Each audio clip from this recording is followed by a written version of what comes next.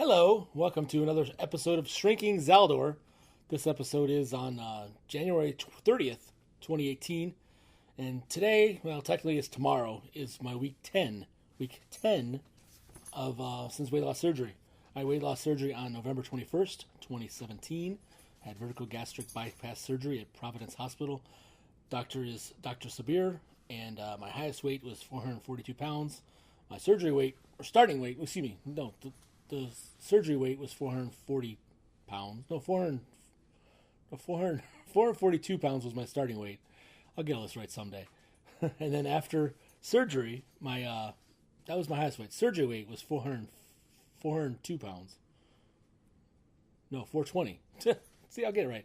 420 was at surgery. And my current weight as of yesterday was 364 pounds. I am 4 pounds away from my lowest point that I've been in quite a while, which was when I was doing my all-juice diet. I did all-juicing diet for about 60 days and 48 days. Mind my dog playing with a bottle on the floor here. So I did all-juicing diet back in 2015, where I lost about 50 pounds. I got down to 360 pounds, and then I kind of stopped because it was just too difficult to keep up with the prep work and the cleanup work of doing all the juicing. Love the juice, great to drink, just juice, nothing but juice, but just was too difficult to keep up with all that stuff. So here I am, 2 years later, 2017 now. 2017 got the weight loss surgery, and now I'm down to almost that weight again, and I'm going to keep losing it. So things are going great. I feel great. The only thing I haven't done, again, like I last talked, I haven't really done any walking. I was planning on doing some walking a couple days ago when the weather was nice here in Michigan, and then Mother Nature decided to dump more snow on us. So now I'm dealing with a lot of snow outside and waiting for the snow to clear before I walk outside. Yeah, I have no excuse because I have a treadmill downstairs, but I still haven't pulled it. Well, I've only used a treadmill once since the surgery. That's not good, right, Les? Not good. So maybe I will start doing that again soon. My dog wants to play again. Do you want to come on the show here? Come here. Let's everybody see you. Let's see you. See, this is my dog. My dog Tigger. He's big. He used to be a puppy. Say hi to everybody, Tigger. Say hi. Hi. Okay. Hey, do you want now you see everybody who I'm talking to? Yeah. You want to say anything now? You just know you're on camera. Okay. All right. So, anyways, enough about Tigger. So yeah, I need to walk more. That's all I need to do is walk more, and I really should be walking more, and then do some more weightlifting probably in a couple more weeks. I am able to lift some pounds. I've started lifting, like I just did my first DJ gig since the surgery last weekend. I had this big heavy box of equipment that's probably weighs about 100 pounds. I was able to lift that. It was very difficult. So I need to start working on weightlifting again. So I'm very disappointed in myself for not doing that. I haven't been exactly the best in this thing. That's frustrating me, but I'm going to get better, and because I'm going to keep at this goal. A couple of things I want to talk about during this episode, if I could. One of the things is alcohol. They say that you shouldn't have any alcohol at all when you're having the weight loss surgery, and I probably agree with that. Especially if you have a feeling that you might be addicted to the alcohol, that's definitely a good thing to stay off of the alcohol completely. But for those of us who have done the alcohol, which I know there are a bunch of people who have had the weight loss surgery and then they have alcohol, as long as you don't do an excess, I'm sure you'll be okay. I have had some wine. I've had a Bloody Mary one time, and actually the other day on Sunday I had a shot of vodka with some water, and I had no issues with it whatsoever. I just had one shot of water, and probably tonight I might have some wine. I might have some vodka as well, or vodka and water, which actually was pretty good because you're getting the water plus you're getting the vodka. So I think I might try that instead of doing wine. But there's no taste in the vodka and water unless there's like a flavored vodka. Maybe I'll try that. But I think most of the reason why they encourage you to stay off of alcohol is because of you could get into a thing where you get addicted to it. And it's very easy to do, I'm sure, especially because it doesn't take as much to get you drunk as it did when you were without the weight loss surgery. So that's still something I want to talk about, and I'd like to hear anybody's thoughts about that. It's something I've been pondering over the last few weeks when I started drinking alcohol, and I didn't feel any huge issue when I'm drinking the alcohol. As long as I don't drink beer except when I had the champagne. I had a sip of champagne, and that was pretty bad. So that's the only thing that would have to worry about is drinking champagne because of all the bubbles and stuff. So I think I'm going to continue that. I'm not drinking a lot. I'm not drinking like a huge amount of alcohol. I'm just drinking enough. Like I think I had four glasses of wine on Sunday, or excuse me, on Saturday, and then I had the shot of vodka and water on Sunday, 2 days ago. But I think I'd like to hear what everybody else has to say that's listening to this video or watching this video. What's your thoughts about that? Excuse me while I play with my dog for a second. Okay. The other thing I want to talk about, and it's something I just listened to on the way here.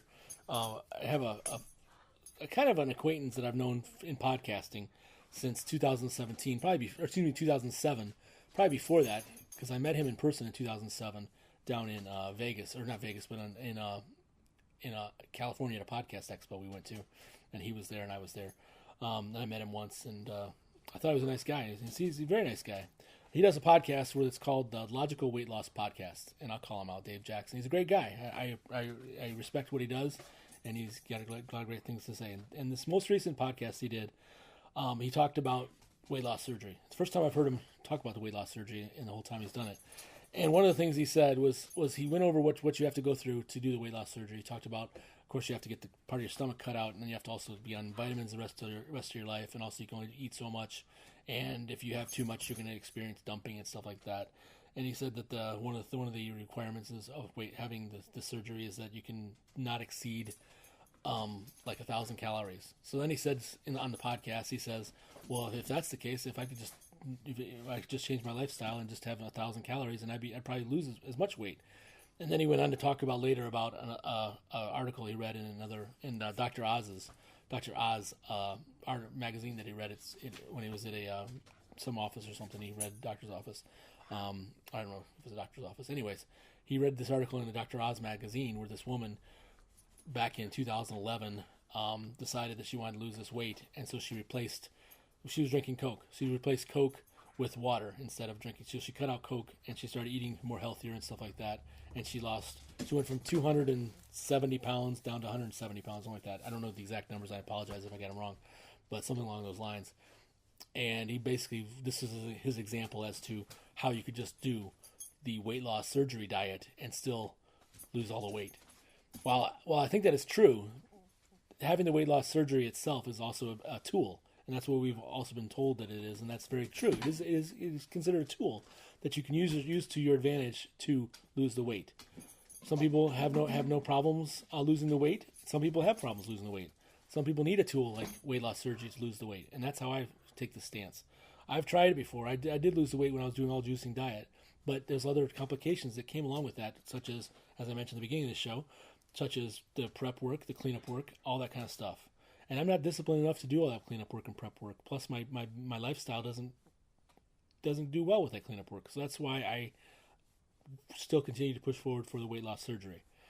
Now, could people lose the same amount of weight or more doing the same kind of lifestyle change that I've undergone without having surgery? Probably. I think it's possible. But having the tool of the weight loss surgery makes it easier for some of us to lose the weight. And I don't think people should be all saying anti-weight loss surgery, because you could just go on the same kind of diet and lose the weight. And that's one of the arguments that people have that don't have the weight loss surgery, for those that are getting the weight loss surgery, saying that they should do, well, just cut all this stuff out and just eat normally. Well, we've been tried that. Some of us have tried that multiple times. It doesn't work. So I'm not going to really argue with his thinking towards this completely, but I think that he needs to be more open to his thoughts in terms of saying, just do this and you'll be fine. I disagree completely. So I guess I just contradicted myself. I apologize.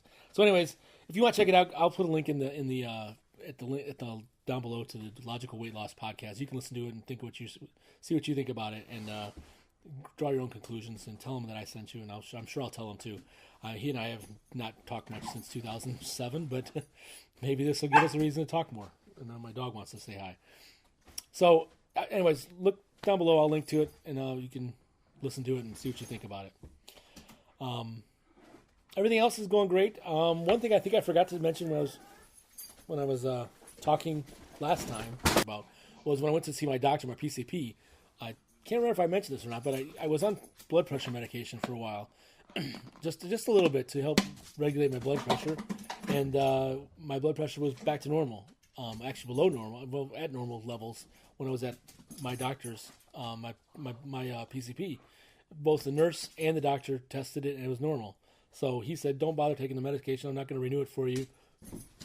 No need to worry about it at all. So that's one good thing that this has helped me on. And could that have happened if I'd done the weight loss surgery diet? Possibly. But I'd also be more inclined to do things that this tool has kind of made it difficult for me to do, such as drinking beer, such as drinking an excessive beer, a lot of beer. And I can't do that now. And so I guess that tool of the weight loss surgery has helped it so I can't do those things or I'd be in pain. So I don't know. It's hard to say, and it's frustrating to me because this is always an ongoing argument back and forth about, those that had the weight loss surgery should have, not needed it. So it's an ongoing argument that people say forever, and it's frustrating. And I can't win, nor can I take it back. I'm not going to go back and get the weight loss surgery undone. So it's my decision. I want to do it because I knew it would be healthy for me, and so far I feel great. Take it as you will. I guess that's it for me. If you guys want to reach me at shrinking.zaldor@gmail.com or Instagram. Of course, Instagram, all that stuff I'll put down at the bottom of the screen here. I really appreciate you guys listening to me, and hope I didn't preach on too much. Thanks. See you next time. Next week, 11 weeks. Bye.